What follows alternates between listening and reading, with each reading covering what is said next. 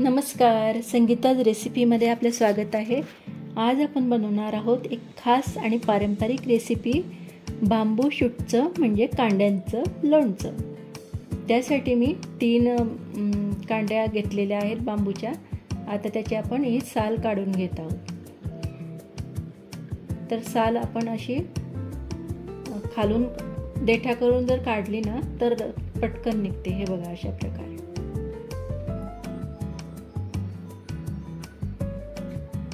तर अशा प्रकारे आपण सर्व साल काढून घेतलेली आहे आणि ही जी राहिलेली बारीक साल आहे ती आपण सुरीने अशी काढून घेणार आहोत अशा प्रकारे।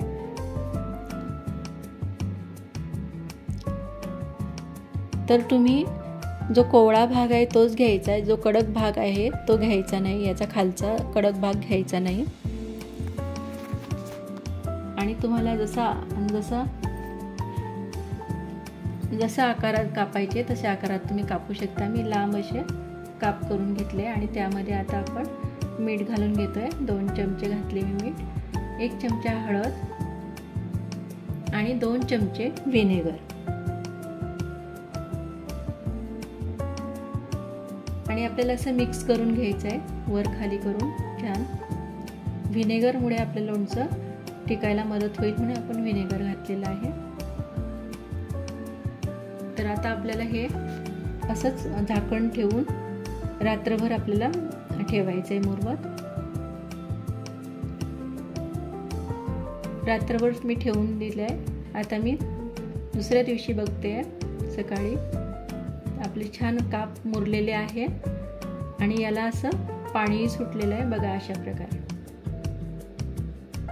तर हे पाणी आपल्याला चाळणीने गाळून घ्यायचं आहे आणि एका न्यूजपेपरवर आपल्याला हे पसरवून द्यायचं आहे अशा प्रकारे। जे राहिलेलं पाणी आहे ते न्यूजपेपर शोषून घेईल म्हणून आपल्याला पसरवून द्यायचं।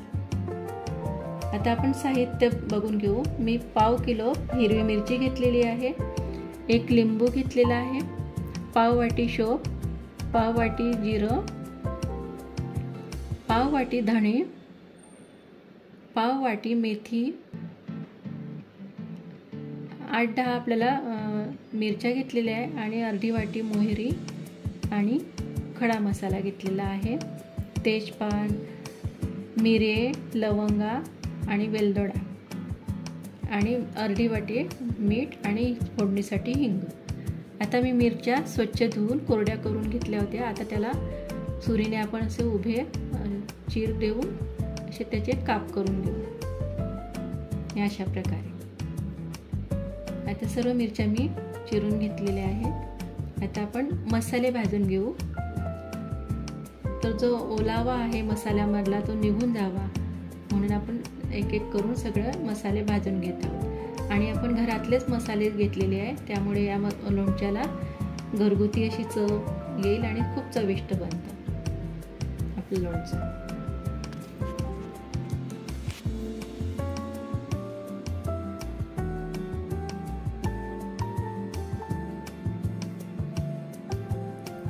तर बांबू शूट हे चवीलाच नव्हे तर आरोग्यासाठी खूप फायदेशीर आहे।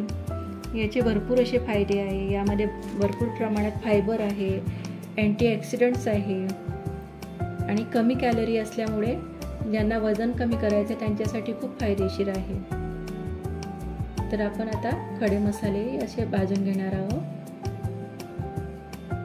अशा प्रकारे।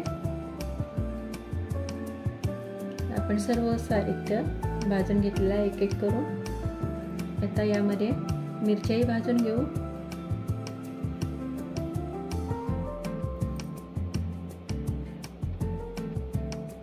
तर सर्व आपण मसाले भाजून घेतलेले आहे आणि याला आपण थंड होण्यासाठी थोडं राहू देऊ आणि थंड झाल्यावर आपण आता हे मिक्सरला फिरवून घेणार आहोत। तर आपण एकदम बारीक पूड नाही करायची आहे, तर असं थोडंसं असं जाडं भरडच आपल्याला राहू द्यायचं आहे। हे बघा, अशा प्रकारे जाडसरच राहू द्यायचं आहे। आता मी गॅसवर कढई ठेवलेली आहे आणि त्यामध्ये आपण तेल तापत ठेवलं आहे। मी जवळपास अर्धा लिटर तेल घेतलेलं आहे। तर आपण ज्या बरणीमध्ये लोणचं भरणार आहोत त्या बरणीला आपण हिंगाची वाफ देऊन घेऊ, जेणेकरून आपलं लोणचं टिकावं म्हणून. तर आपण कडकडीत असं तेल त्या हिंगामध्ये घालून घेऊ आणि त्यावर पटकन असे झाकण ठेवून बरणी आपण साईडला ठेवून देऊ.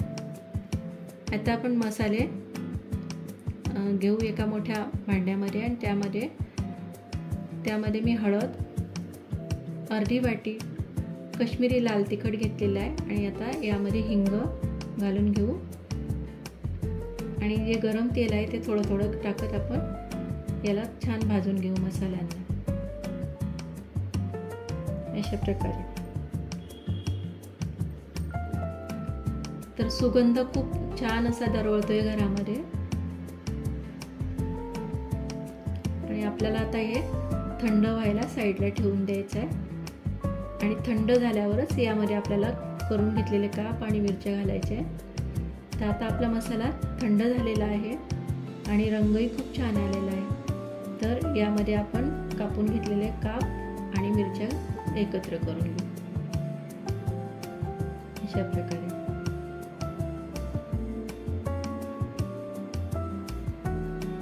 तर आता हे वर खाली करून छान मिक्स करून घ्यायचे.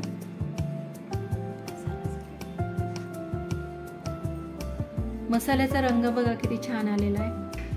तर बांबू शूट हे चवीलाच नव्हे तर आरोग्यासाठीही खूप फायदेशीर आहेत. त्यामध्ये भरपूर प्रमाणात फायबर आणि अँटीऑक्सिडंट असतात. आता आपण हे असं झाकण ठेवून याला 1 दिवस मुरत ठेवलं होतं. हे बघा किती सुंदर असा रंग आलेला आहे. यामध्ये आता मी 2 लिंबूचा रसही घालून घेते आणि याला पुन्हा आपण मिक्स करून घेऊ. तर पावसाळ्यातच बांबू शूट सहज उपलब्ध होतात आणि हे नक्की पावसाळ्यात तुम्ही करून बघा. अतिशय चविष्ट बनतात. आता आपण ही बरणीमध्ये भरून घेऊ. हे बघा किती सुंदर आपलं लोणचं तयार झालेलं आहे. नक्की करून बघा आणि आवडल्यास लाईक करा, शेअर करा, कमेंट करा आणि आपल्या चॅनलला सबस्क्राईब करा. धन्यवाद.